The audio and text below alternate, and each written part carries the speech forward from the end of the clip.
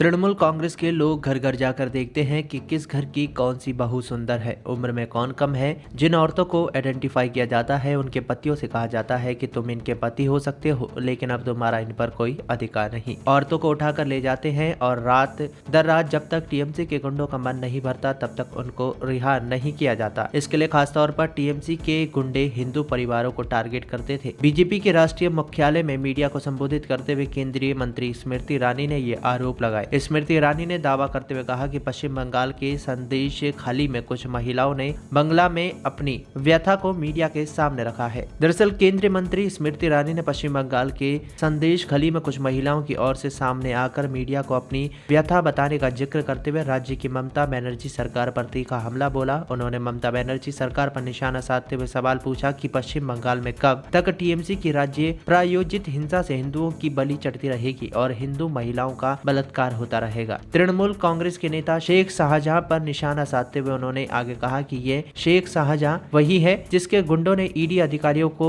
घेराव कर उन पर ईंट पत्थर फेंक कर उन्हें घायल कर दिया था। टीएमसी सुप्रीमो पर बड़ा हमला बोलते हुए केंद्रीय मंत्री ने आगे कहा कि ममता बंदोपाध्याय ने अपनी राजनीतिक लाभ के लिए एसी/एसटी, कुछ मछुआरों और कृषक समुदायों की महिलाओं की गरिमा का सौदा किया है। स्मृति ईरानी ने कहा कि हिंदू नरसंहार पर सौदा कर ममता अपनी सत्ता का साम्राज्य चला रही है। घर घर जाकर ममता के गुंडे हिंदू परिवार की छोटी उम्र की बहुओं को उठाकर उनका बलात्कार कर रहे हैं और ममता उस पर चुप्पी साधे हुए है। ममता बताएं कि शेख शाहजहां कहां है। स्मृति ईरानी ने राहुल गांधी और ईडी अलायंस में शामिल अन्य विपक्षी दलों पर निशाना साधते हुए कहा कि ममता बनर्जी इसी पर चुप्पी साधे हुए हैं। देश में न्याय यात्रा निकालने वाले चुप हैं और गठबंधन की बात करने वाले भी चुप हैं।